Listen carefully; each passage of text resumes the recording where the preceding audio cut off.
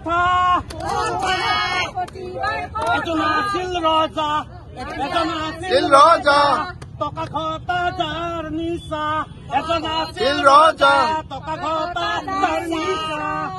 ক্ষমতা যাৰ পেচা কথাৰে মানুহক ঠগা ক্ষমতা যাৰ পেচা কথাৰে মানুহক ঠগা শুনা শুনা লাখপতিবাৰ কথা শুনা শুনা লাখপতিবাৰ কথা এয়া যে অসম দেশৰ কথা অসম দেশৰ কথা অসম দেশৰ বিষম কথা শুনা শুনা লাখপতিবাৰ কথা শুনা শুনা লাখপতিবাৰ কথা এয়া যে অসম দেশৰ বিষম কথা আজি দিম কালি দিম দেশৰ বাইক লাখপতি কৰি দিম আজি দিম কালি দিম দেশৰ বাইক লাখপতি কৰি দিম মিছাৰ ওপৰত মিছা মিছাৰ ওপৰত মিছা বেমাৰ হলে লাগে লেঠা বেমাৰ হলে লাগে লেঠা শুনা শুনা লাখপতিবাৰ কথা শুনা শুনা লাখপতিবাৰ কথা হস্পিটাল বৰ বিল্ডিং হল হস্পিটাল বৰ বিল্ডিং হল ডাক্তৰ ঔষধ নোহোৱা হল হস্পিটাল বৰ বিল্ডিং হল ডাক্তৰ ঔষধ নোহোৱা হল ডাক্তৰ ঔষধ নোহোৱা হল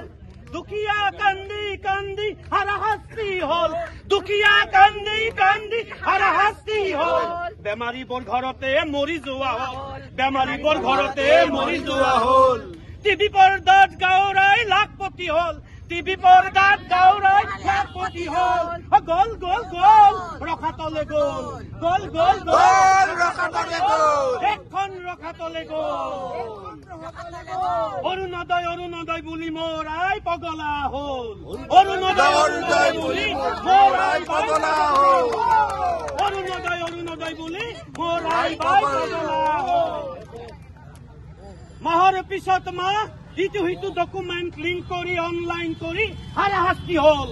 মাহৰ পিছত মাহ ইটো সিটো ডকুমেণ্ট অনলাইন কৰি হাৰাশাস্তি হল নামত হলেও মোৰ গাঁৱৰাই লাখপতি হল নামত হলেও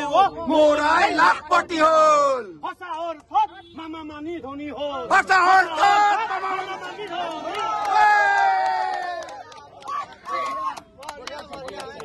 বিজেপি লৈ লৈ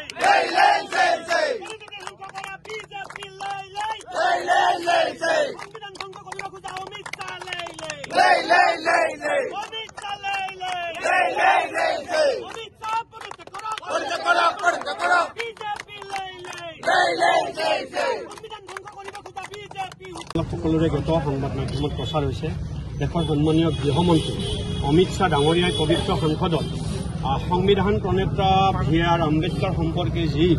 দুখ লগাই মন্তব্য আগবঢ়াইছিল সংসদৰ ভিতৰত আৰু বাহিৰত তাৰ বিৰুদ্ধে প্ৰতিবাদ হৈছিল কিন্তু দেশৰ গৃহমন্ত্ৰী বা বিজেপি চৰকাৰে এই ক্ষেত্ৰত কোনো সদুত্তৰ নিদিলে আৰু আমাৰ কংগ্ৰেছ দলৰ দাবী আছিল গৃহমন্ত্ৰীজনে পদত্যাগ কৰক নতুবা ক্ষমা খুজক এই দুইটাৰ এটা কামো নকৰিলে গতিকে আজি তাৰ প্ৰতিবাদত গোটেই অসমতে প্ৰতিবাদী কাৰ্যসূচী হৈছে আৰু তাৰ অংশ হিচাপে নলবাৰী জিলাত আমি প্ৰতিবাদী কাৰ্যসূচী লৈ উপায়ুক্তৰ কাৰ্যালয়ৰ জৰিয়তে আমি মেমৰেণ্ডাম দিব খুজিছিলোঁ কিন্তু আমি প্ৰশাসনৰ ফালৰ পৰা ইয়াত বাধা পাই আমি ৰৈ দিছোঁ আপুনি আমাৰ মাজত আহিছে আমি ধন্যবাদ জনাইছোঁ আৰু আমাৰ ফালৰ পৰা আমি এই মেমৰেণ্ডামখন আপোনাক